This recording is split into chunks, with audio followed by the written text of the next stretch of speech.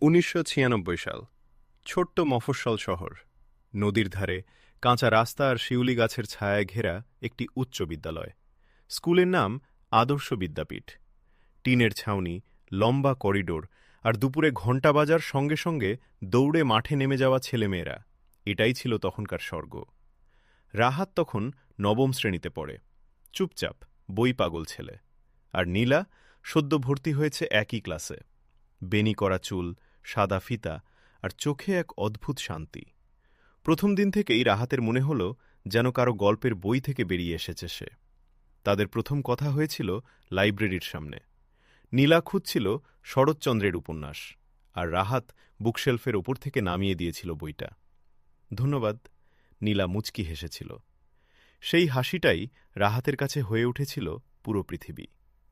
90 দশকে প্রেম মানে ছিল না মোবাইল ফোন, না ছিল ফেসবুক। ছিল শুধু চোখে চোখ রাখা, ক্লাসের ফাঁকে চুপি চুপি তাকানো আর খাতার পাতায় ছোট ছোট চিঠি লেখা। রাহাত একদিন সাহস করে নীলার খাতার ভাঁজে ঢুকিয়ে দিল একটা চিঠি। নীলা, তোমার হাসিটা দেখলে মনে হয় সকালটা আরও সুন্দর হয়ে যায়। যদি কখনো মনে হয় কেউ তোমার ভালো চায়, তবে জেনে রেখো আমি আছি। রাহাত। পরদিন টিফিনে নীলা মাঠের এক কোণে দাঁড়িয়েছিল। রাহাতের বুক কাঁপছিল। নীলা শুধু বলল, চিঠিটা পড়েছি। তারপর একটু চুপ থেকে যোগ করল, আমিও ভালোবাসি তোমার এই চুপচাপ যত্নটাকে। সেই দিনটা ছিল তাদের জীবনের সড় উৎসব। স্কুল ভর হয়ে গেছিল বুকফেস্ট এবং প্রতিটি ক্লাসের মাঠে।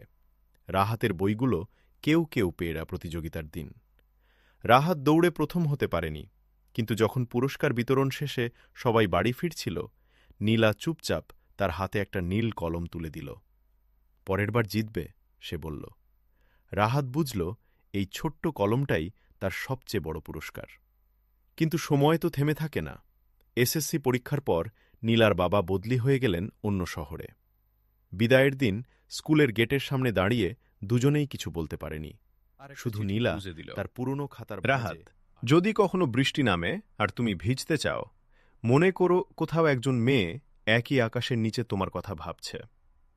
তারপর বাসটা ধীরে ধীরে দূরে মিলিয়ে গেল। বছর কেটে গেছে। রাহাত এখন বড় হয়েছে, শহরে চাকরি করে। তবু যখন বৃষ্টি নামে, জানলার কাছে টুপটাপ শব্দ পড়ে তার মনে পড়ে যায় সাদা ফিতেও বাঁধা বেনি করা এক মেয়ের কথা। 90 দশকের সেই প্রেমে হয়তো শেষটা একসাথে হয়নি, কিন্তু ছিল অদ্ভুত এক নির্মলতা, যেখানে ভালোবাসা মানে ছিল অপেক্ষা, একটা চিঠি আর বৃষ্টি ভেজা বিকেলের নীরবতা।